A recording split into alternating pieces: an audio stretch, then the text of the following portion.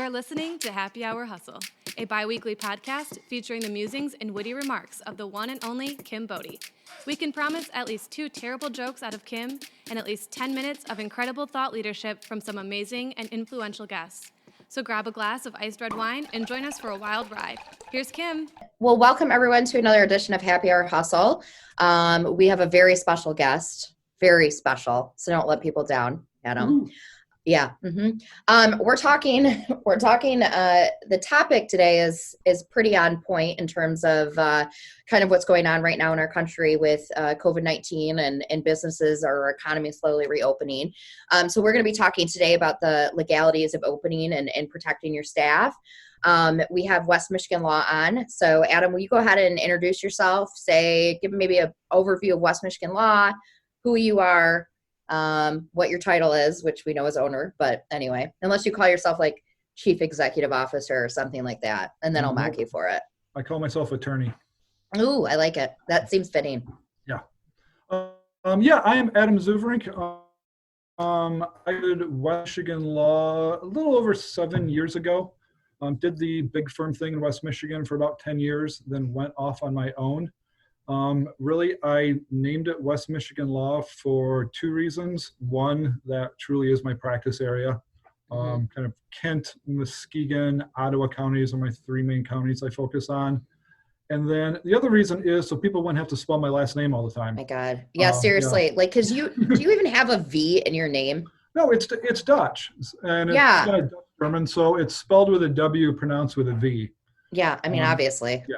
So Adam at westmichiganlaw.com is just a million times. Yeah, and westmichiganlaw.com. I'm actually super surprised that URL was available. One of the other law firms in Michigan actually had it, did not renew it. I snuck in there and grabbed it about 2 years before I actually started my law firm. That's awesome. So a couple icebreakers. What is your drink of choice? Anything with rum in it. Really, probably rum? A dark and stormy during the summer. Oh, I do like dark and stormy. Rum, ginger beer, maybe a spiced vanilla rum with Coke. Yeah. Now I'm going to have to try this new drink. Is it kind of a good summer drink? It is. I'll mix in like a White Russian during the winter. But yeah, most of the year. What is a white Russian? It is vodka, Kahlua, and cream. Okay. So cool. It's a cold drink, but it's more of a winter drink. So tell everybody who's listening how we met. So we met through the Small Business Association of Michigan. So yeah, all roads lead back to SBAM. Yeah, I think the very first time we met was up at Crystal Mountain, where sweating political viewpoint that I liked, and I said, yeah. No one is surprised by that at all. Yeah. And then we're both on the leadership council, which has been pretty great. Yeah. And we've gotten pretty actively involved. We're both very involved with SBAM. So yeah. And I will say too, as a disclaimer, you actually represent 834. You are our attorney.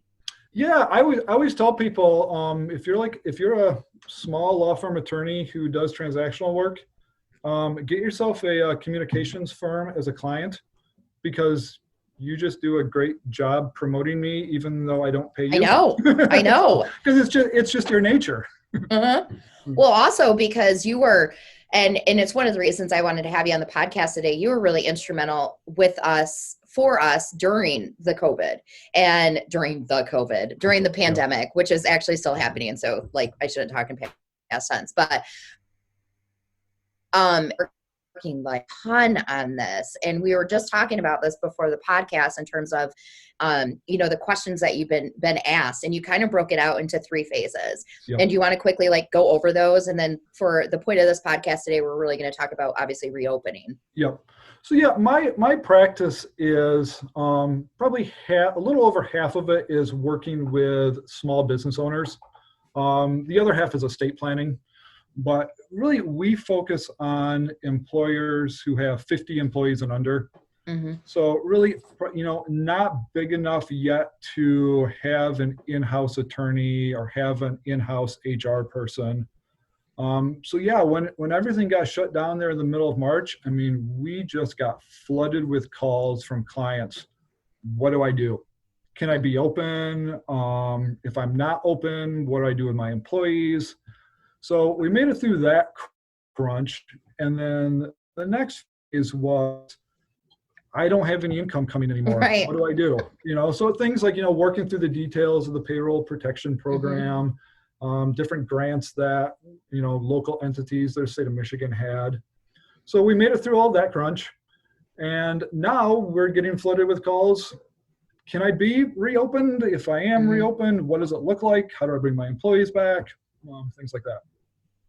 Well, and it's for us too. I mean, that's dominated our conversation for the last 2 weeks. And, we just wait for the next executive order to come out or next press conference to happen. Cause at first we're like, oh, we'll go back this week. And then we're like, okay, we think we can't be back until another 2 weeks, but we're still not really sure. And I've seen more and more people that are just like, screw it, man, we're just going back to work. And that, exactly. and that from a legal perspective, like, is a little terrifying. Well, it is terrifying. I mean, I completely agree. It's terrifying, but I did the same thing. Yeah. I mean, like these came out and I kind of looked at them and said, I really don't 100% know whether I can have my staff back in the office yet or not. Yeah. So I kind of said, sure, come on back. Yeah. Yeah. Well, and for a lot of people, access to which is access to Wi-Fi, access to your server, that kind of stuff. I mean, we can access our server remotely, but it doesn't work as well as it does when you're in the office. It's just not the same. Yeah. I took the position that once the real estate industry came back open, I have my staff come back because we had a lot of real estate closings, and that it doesn't work remotely. It's so much easier in person. Yeah. Yeah. But really, I found it's a case-by-case basis. Yeah. I mean, if I have 300 small business clients, every single one of those 300 has a different plan and different orders and whether they can open or not. Well, and before we jump really kind of deep into this topic, I do want to say, this is not official legal counsel, that they should reach out to you directly, because as you said, it's a case-by-case basis, and you're going to give me different advice than you're going to give a retailer. Yeah. So it's important that things are tailored specifically for your staff and for your business and for the customers or clients that you serve. Yeah. Before we jump into it, is there any weird hobby or anything that you noticed yourself doing more in quarantine? Other than growing my hair really long? Yeah. I know we'll have to take a picture of that. Holy cow. Yeah. Do you remember the 70s show, Welcome Back, Cotter? I do. Yeah. Okay. Yeah, Gabe Kaplan. Yeah, 100%. That's what your hair looks like right now. Yeah. So I'm going to need people to Google that right now. Well, it actually even more is Ted Danson in the second season of Cheers. If you watch it, it's very on point with Ted Danson. I thought he always kind of had like a mullet. Not in the first couple of seasons of Cheers. If you look at that, it'll be exactly like it. This is we're totally gonna have to add this picture to our podcast so people can see it. Yeah. So mostly just growing your hair. Yeah,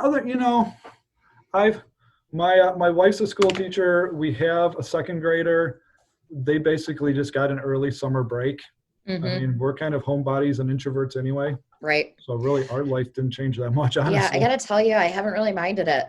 Besides drinking a lot more than is probably healthy or, socially acceptable, but technically I'm not being social, so whatever. Well, recreational marijuana is legal in Michigan now. Right. That was good timing. Right. Curbside pickup. Yep. Oh yeah, that worked out great. Yep. All right, so we're going to jump into it. What's some of the advice or some of the basic ways that businesses can keep their teams and customers safe? And I know that's kind of broad, so just kind of tailor that question however you need it to be. Yeah, it's really, I always come back to things like this. Just don't be stupid. Just be cool. It's the companies that completely ignore everything that are the ones that get in trouble. Yeah. The reality is, if you go to sites like michigan.gov or even the Small Business Association of Michigan, SBAM.org, have phenomenal resources. Yep. But it's really sensory overload. It's like drinking from a fire hose. Yes.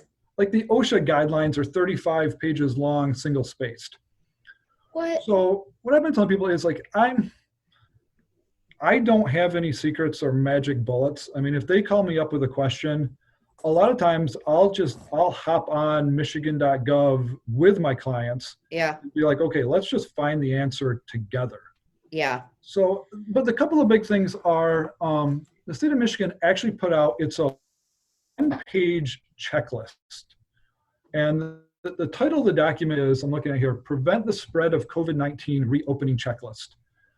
It's the best one-page thing I've seen, where it's, they've got it broken down depending on which industry you're in. Mm-hmm. Because if you're a retailer, you have one set of rules. If you're in an office building, you have another set. If you're a manufacturer, you have another set. So it'll point you to your set of rules. But then it goes through things like, you have to develop a preparedness and response plan. Yep. Well, and the question is, what does that mean? Yeah, what does that mean? Yeah, the states actually put out a model Word document. It's 8 pages long, but it's really somewhat fill in the blank. Yeah. So really every single business in Michigan is required to fill this document out. Okay. So that's your starting point. And, like a lot of things in this area, if you don't fill it out, no one's going to come knocking on your door. I mean, nothing, no one's going to, nothing bad's going to happen to you if you don't fill it out up front. The problem is, what if one of your employees gets COVID-19? Mm-hmm. What if one of your customers comes in and spreads it to everybody, and now you've got an employee in the hospital? Yep. Now people are going to come knocking on your door saying, where's your plan? Mm-hmm. So that's the reason to do these things up front. So it becomes a business's liability, because that was one of my next questions. If somebody comes into your office, or if they were to get sick after, say, visiting our office, like what does that mean? Like, who's in trouble there? Yeah, I mean, it's if you've put all of the precautions in place, if you've got all of your forms filled out properly, no one's in trouble. Because it's, if you've done things like, put the little if you're a retail store and you've put the little markers around 6 feet apart by your cash register. Mm-hmm. If you work in an office building and you have all of your employees sitting more than 6 feet apart now, you've done things like turned off the water fountain. If you've gone through that checklist of things the state has recommended you do, and someone still contracts COVID-19, I mean, it is what it is to a certain degree. The problem is if you say, no, I don't need to follow any of these rules. None of this stuff applies to me. Let's just all come back, sit 2 feet apart from each other, eating lunch. And, well, then potentially you could have a problem. Sneeze on each other. Yeah, exactly. Mm-hmm. Obviously. And it's really the entities that are probably going to come and start asking you questions are, one, OSHA. And then two, if you're some type of a licensed business. Like if you're a hair salon that's going to reopen next month, you're a licensed professional in the state of Michigan. Well, your licensing board, might come, start questioning your license if you're not doing things properly. So talk a little bit about like those places like retail salons. Is there certain information you have to have displayed? Because I've seen a lot of stuff like out there. Like, are there certain signs? Is it, what is it I need to do as a business to make sure like that information is out there? Or if there is certain stuff I absolutely have to have like displayed somewhere in my office? Yeah, it's really the only absolute requirement is this preparedness and response plan. Yeah. From there, my recommendation is go to michigan.gov, click on their COVID-19 resources, and it's all there. And it's all broken down by your industry. And they even have examples you can print out of signage and different things. But then, well, and go ahead. I was just going to say, I would add to Fast Signs of Grand Rapids actually came out with a package, or it's a URL you can go to, and you can actually order signage, and it is like CDC compliant. We'll share the URL for that, like in our use your words, and in our link to our podcast. Yeah, and I know like the Small Business Association of Michigan has links where you can go and buy like hand sanitizer and different equipment and things like that. And you're saying too that there, one of the things that we talked about a little bit earlier is that the sensory overload of like information that's out there. Yeah. And you had mentioned like sbam.org as a resource, obviously the CDC and Michigan.gov. But I think one of the reasons why you're such a valuable resource is your ability to like comb through all that information so you know what's relevant to your client based off the industry that they're in, et cetera. Exactly. And that, looking behind the curtain, that's a dirty little secret of being an attorney in 2020. My client calls me up and asks me a question. What am I going to do? I'm going to go to google.com and I'm going to type in that same question. Well, part of it is, you're right. Yeah, just knowing which resources you actually have to pay attention to, and where to go to find the answer very quickly. So another question that I've heard people like discussing quite a bit, like on all the socials, is how is workers' compensation going to work if a staff member gets sick, or if a staff member, and say if they were to infect another staff member? That's a really good question. I don't know the answer to it. I'll be honest. Yeah, it's. I think that's one of those things that we're, to a certain extent, gonna have to figure out when it comes up. Yeah, well, because you think about it, you're like, is pandemic in my workers' comp policy or even insurance? No. Yeah, exactly. Well, and that's what a lot of people found out with business interruption insurance. Yeah. The last couple of months, the pandemic was an exclusion. So yeah, I mean, really, I would say the vast majority of the questions that I've gotten over the last 3 months, my initial response is, I don't know, but let's go find the answer. Because everyone, to a certain degree, is making it up as we go.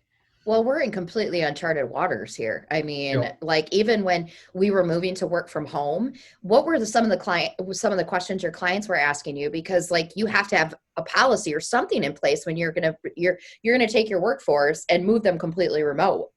Yeah. Really the questions that we got more, in the office settings, people kind of just got it and did it, like, hey, let's get everyone set up. One of the big questions is, can I reimburse my employees' phone and internet home expenses as a business deduction? I say it's more of an accounting question, but I said, yeah. So one of the, for like my office type clients who were, sent their employees home, really the biggest question, it's more of an accounting question, was, can I help pay for their home internet and home phone expenses, things like that as a business deduction? Yeah, I mean, if they're required to work from home. But more of the questions we got were some of our, like, one of the questions I remember on day one of the shutdown was, client who owns a commercial cleaning company called me up and said, hey, one of my contracts is with the local police department. Can I still go clean their place? Yes, still go clean the police department. Or it's fine. Are you essential or are you not essential? That was like the biggest conversation we were having for a while. And I was like, I know the answer to that. I'm not essential. I'm marketing. But, But we got, I mean, one of our mutual friends called me up and said, hey, one of my contracts is with a grocery store, doing signage for them. They are essential. They can be open. Yep. Can I still do signage for the grocery store? And so I said, yeah, I mean, if you can send one employee into your place of business to go make signs for a grocery store, do it. Yep. Well, we haven't had that because one of the discussions was, or one of the questions was, well, if you serve an essential business, can you then be working? And we had that with, this sounds funny, but like our doggy daycare, they shut down, but then they have a large client base that's actually healthcare workers, or like, one of the essential workers. So what they did is they were taking the dogs for those individuals, because, they needed it. So I thought that was really, really interesting, because I think there was ways to interpret it. And I do think if you were serving an essential business, you were fine. Yes. Yeah. But and then, as everything's slowly reopening, it's the same exact thing. maybe so the manufacturer's open. If if I'm in the service business, but a couple of my clients are manufacturers, can I start working for them again? Right. So kind of going back to obviously returning to work. What if a business doesn't have? No, go ahead. I was what going were you to say, one Adam? of the things that's popped in my head that we haven't talked about yet is employee screening. Oh yeah. So as they come in, whose responsibility is it to make sure that your employees are healthy? Big manufacturers, like I when I go for a run, I actually run by Gentex in Zealand. Mm-hmm. And they have a big tent set up in their parking lot where they, have someone screening their employees every day walking into the building.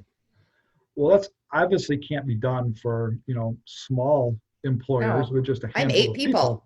Yeah, exactly. I mean, it would be me in a parking lot with a thermostat, like a thermometer, shoving it in people's mouth, Yeah. But you should still, best practice would be, having each one of your employees every day just doing a quick check-in. Yep, I feel fine. I have not been exposed to anybody who has it. And keeping a record of that. We always have dogs barking at some of the podcast. Of course. How many are you up to now? 7, 8? But 6. But my brother's currently visiting, so now we're at 8. Nice. So that's been fun. That's another reason I'd like to get the hell out of my house. I think one of the things we did too is, and I think this guidance came from, Michigan.gov, was we told employees they're responsible for essentially taking their temperature before they leave and also like self-screening themselves. Yeah, and then we do have a spreadsheet set up so they can enter in their temperature. Because again, as a small business, you're just trying you're trying to do the right thing, but there's so much contradictory information out there that you don't know what you don't know. And going back to something I said in the beginning, for small businesses who don't have an in-house general counsel, who don't have an in-house HR department, do your best. Yeah. Really don't just completely ignore everything, but make a real effort to say, okay, what are the things that we can reasonably do to keep our employees safe? Like for me, I'm starting to see clients in person again for estate plan signings. It used to be we would all sit in my enclosed office 2 feet apart, joking and laughing and passing papers back and forth.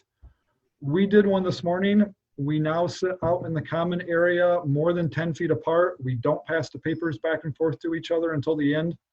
It's just common sense things like that. Yeah. One of the things we're doing too is I did actually purchase masks for like reusable masks for my employees. Yep. And we've actually been in, when we thought we were going to be able to open this week, we went in last week and we sanitized and cleaned the office. And again, it's not like we have a professional cleaning crew, so we did it to the best of our ability, but to your point, like it's really just doing your best. Exactly. Being a conscientious employer, which we all should have been doing anyway. Yep. So I do want to talk a little bit about West Michigan law, because I've been doing this for 13 years and I have worked with several different law firms. And I by far have had the best relationship with you. And I think a big reason is you are completely honest and transparent. You don't use the legal jargon that I have literally no idea what you're saying. You're incredibly approachable, and I can text you and be like, okay, I had this question. So you're very available for your clients, but you also have, and we talked about this before, you have good, I don't know, not good pricing, but you have like a great pricing model. So you are affordable for companies my size. And I can't stress it enough. You need to have a relationship with a law firm. You need to have a law firm of record. And, because you never know what's going to happen. And the best decision we ever made was, essentially hiring you, and then also working with an accounting firm that could make sure that everything tax-wise, we weren't going to go to jail. So, talk a little bit about what you think sets yourself apart, and then I'll butt in because you're terrible at actually promoting yourself. So, well, see, and this is exactly what I said earlier, that you need a communications firm as a client so they can, prop you up. No, I did the big firm thing for 10 years. It was fine. But one of the reasons I left and went off on my own was the pricing model. I do as much as I can in my world on a fixed fee basis. So that when you call me up, we have the conversation up front. Here's the project. Here's the scope of services. Here's what it's going to cost. And I think attorneys are notorious for not doing that. I don't know if it's just a matter of being afraid of talking about fees up front or what. But that's what I like. But I also, working with small business owners, I never want them to be in the position where they feel afraid to call me. Because I hear those stories where it's like, well, we had this problem. We thought we should have called our attorney, but we didn't want to get a $250 bill for talking to him on the phone for, 12 minutes. I said, but then all of a sudden it becomes a bigger problem.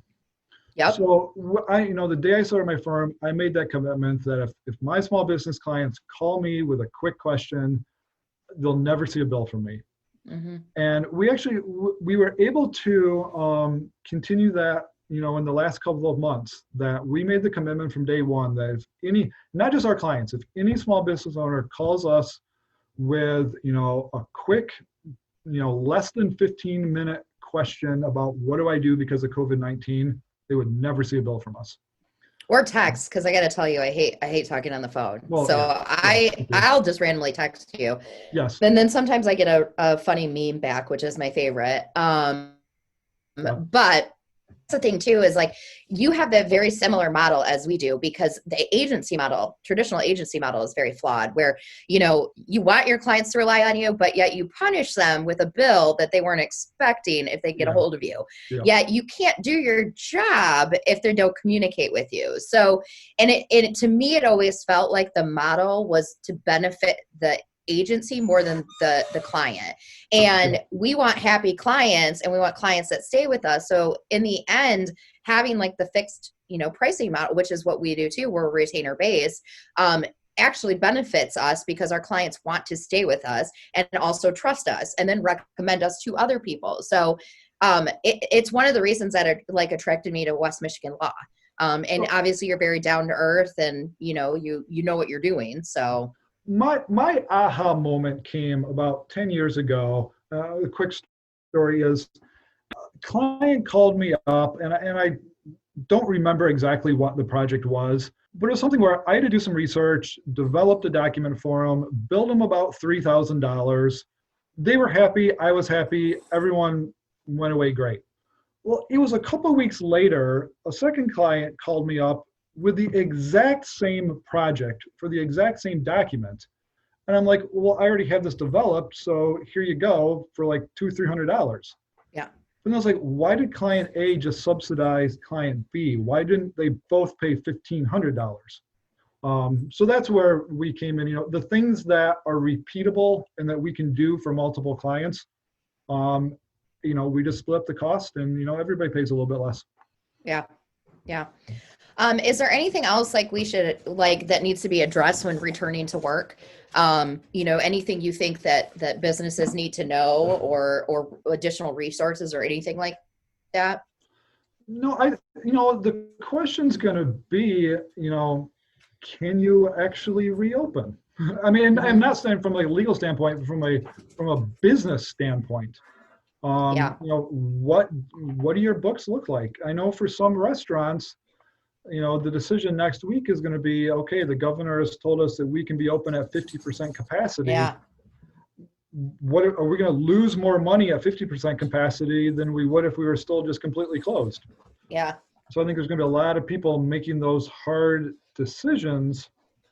And we're already starting. I've had 3 calls this week from people saying, I'm a longtime employee of a business. The owner has decided that they don't want to reopen and they want to sell the business to me. So I think you're going to see, even if some longtime businesses reopen, it's probably going to be under new ownership.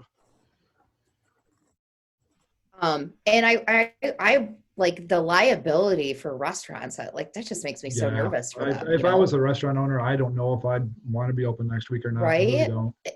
Well, and I think one of the things I think that the pandemic has really has really kind of brought to light is those businesses that can do things like more streamlined or, with less overhead.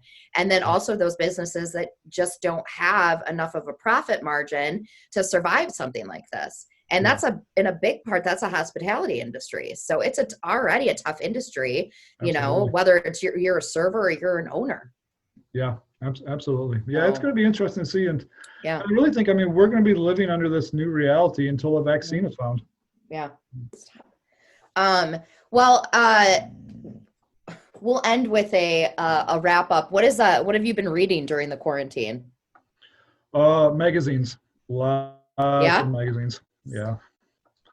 I also read, I'm reading a biography of Earl Warren right now. Who's that? Should I know who that is? Earl Warren, he was a 3-term Republican governor of California, and then was the chief of the United States Supreme Court for Brown v. Board of Education. And some of those things. So it's like getting back to a time in America that looked very similar to what 2020 looks like, and how they dealt with those issues back in the 60s. Yeah. Yeah. I actually just picked up the book White Fragility. So I'm about to start reading that, but I also finished Atomic Habits, which was very interesting. And I actually ordered it for my team. But I thought that was, it just talks about like building habits, and it's like little incremental steps that you take versus just deciding to I'm going to suddenly, like when you say something like, I'm just going to lose weight. And it's like, okay, but how? And like, what is your first step to do that? And how do you actually make sure that becomes a routine and not just like, you burn out after a week. So, but that was a really interesting one. It cracked me up on social media the first couple of weeks of quarantine. Everyone's like, here's my daily checklist of everything I'm going to do. And I was like, about week 3, everyone's like, oh, whatever. I was like, I will drink a bottle of wine a day. And that was my checklist. That was it. That was the only thing on it. No. So, well, awesome. Thanks, Adam. Can you share your website again and contact information for anybody listening? Yeah, it's real simple. The website is westmichiganlaw.com. Our physical offices are downtown Zeeland and downtown Muskegon, but really we'll get all over West Michigan. Mm-hmm.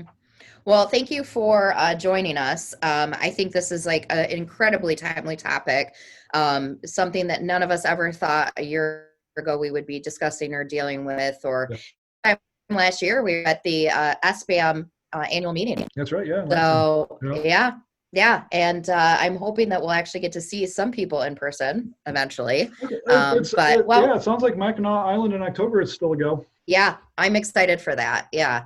I don't care if I have to wear a mask and then maybe a straw so I can get my drink. It doesn't matter. Well, anyway, thank you for joining us on Happy Hour Hustle. You've officially been hustled, so that's kind of a big deal. And then everyone else, we'll see you on the download.